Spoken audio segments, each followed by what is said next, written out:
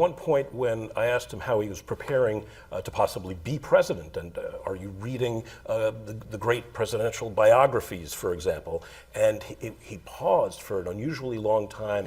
His voice became almost tender, and he said, you know, I've never read a biography, but I've always wanted to. You ask him as he's leaving the interview and going to bed, what are you reading?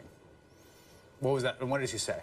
He kind of had that look, oh yeah, you got me. And then he tried to answer, and he said he's reading this book that Ed Klein wrote, A Hatchet Job on Hillary Clinton, which I'm sure he's not reading. Then there was a book about Nixon, which he couldn't remember. So I pressed a little harder, and I said, well, how are you preparing? How will you make decisions as president?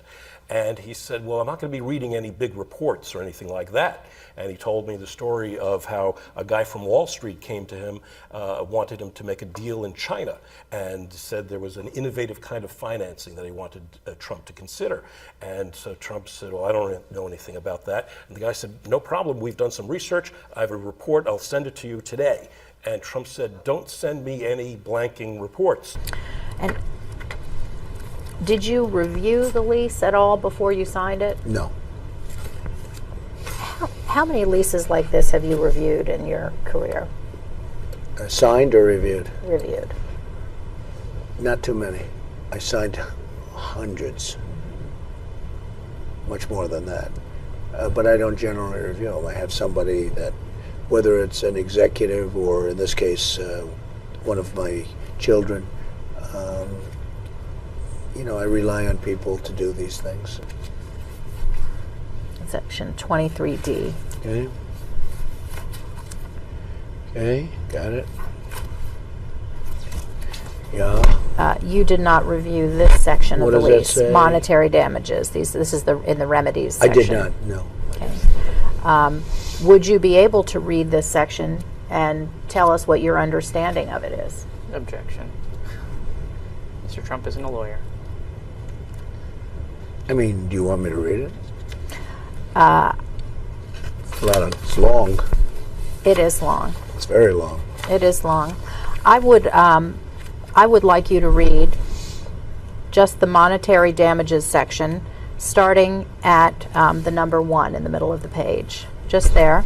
The rest of that, and to the end of that, it continues on the next page. And tell me what you think, reading that, you as the landlord are entitled to get from the tenant in the event of a tenant breach in the way of damages. I don't have my glasses. I mean, I am at a disadvantage because I didn't bring my glasses. This is such small writing.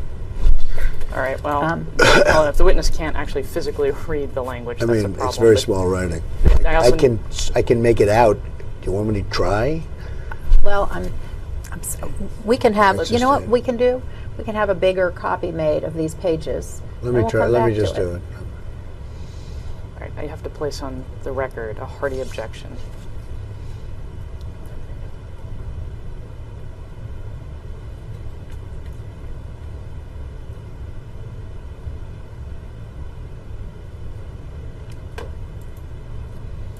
Yeah, it's all damages that the landlord may sustain, including all legal fees and everything else involved. Looks like everything in the kitchen sink to me. And you have number 2.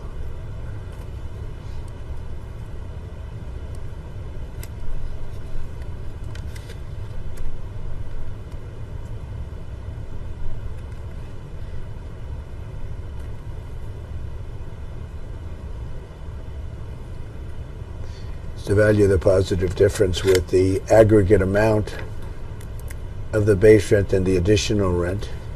Mm-hmm.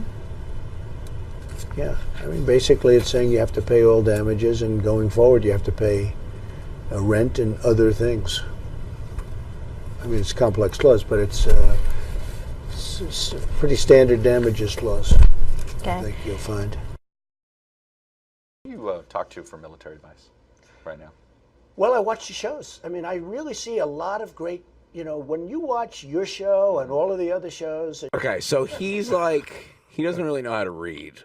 For real. Yeah. So during like the table read, he like, before like we were gonna read before he had to read each line, and he's the host, so he's at everything. Yeah. He would go, I'm not going to say this. I think I'm going to say it the way I want to say it. Is that okay? Is that okay, Lauren? Is it everything? And everybody's like, what? And then this is my favorite part is there was a sketch that we wrote where he's at Disneyland with his daughter, and the line is, all right, let's get out of here. Turkey legs? Let's go get turkey legs? And he doesn't know how to read. So he went, all right, let's get out of here, turkey legs. He called his daughter turkey legs.